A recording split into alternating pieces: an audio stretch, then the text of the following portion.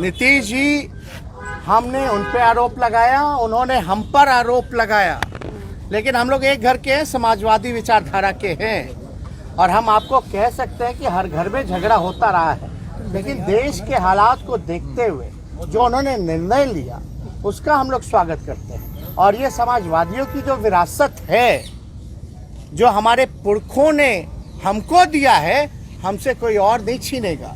और आप तो जानते हैं, एक वाक्य हुआ था विधानसभा में, जहां गुस्से में हम लीडर ऑपोजिशन थे और नीतीश कुमार जी मुख्यमंत्री थे। नई नई सरकार बनी थी चुनाव के बाद, 20 के बाद। नीतीश जी खड़े होकर के क्या बोले थे? मेरे भाई समान दोस्त का बेटा है। यानी उस समय भी अपनापन था, उस समय भी रिश्ता था, उस समय भी विश्वास था, भरोसा था। दूसरी वाक्य हम बताना चाहते, नीतीश कुमार जी ने बोला था बाबू बैठ जाओ। किसी मुद्दे को लेकर के हम खड़े थे तो बाबू बैठ जाओ। तो एक तरह से वो आदेश भी था और प्यार भी था, हमारे लिए तो आशीर्वाद भी था और हम चुपचाप बैठ भी गए थे।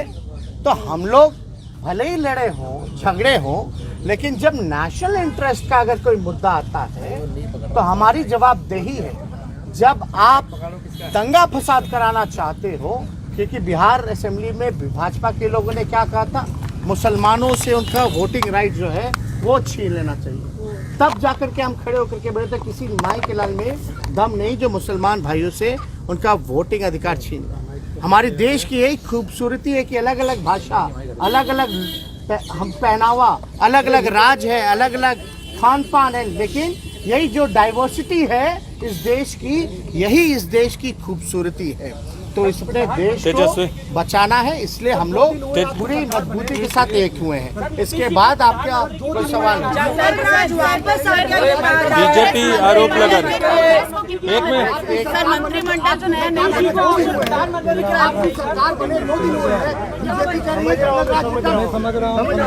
वापस आ गया है। आप क्या कहते हैं? कुछ दिन पहले अमित शाह, एक दिन पहले ही तो अमित शाह वहाँ से लौटे और उन्होंने कहा क्या कि नेता हमारे नीतीश कुमार जी। और जंगल राज में आप खड़े होकर के जंगल राज चिल्लाओगे और आपका कोई मुंह नहीं तोड़ेगा, तो वो जंगल राज थोड़ी ना है। जंगल राज तो केंद्र में है, जहां भाजपा के एमपी भी चू तक नहीं कर सकते, जहां तानाशाही है। कहाँ ऐसा? और जंगल राज का अगर विश्लेषण करोगे तो डेटा होना चाहिए ना, आंकड़े उठा करके देख लीजिए। आप छोड़ो जंगल राज कहते हैं तो एनसीआरबी, भारत सरकार का गृह मंत्रालय का आप डेटा उठा करके देख लीजिए। बिहार कौन से स्थान पे है? दिल्ली कहाँ पे है जहां प्रधानमंत्री रहते हैं? अरे भाई, कथनी और कहानी से अब देश चलने वाला है क्या? परसेप्शन बदलने वाला है क्या? अब सच्चाई आएगी, बाहर निकलेगी।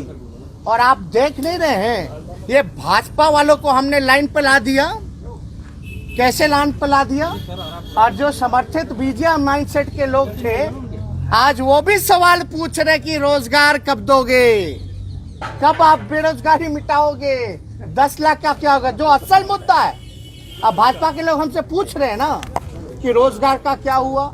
यानी हम उनको यहाँ खींच के ले आए। अगर वो सवाल आज सही एजेंडे पे बात हो रही तो ये हमारी उपलब्धि है।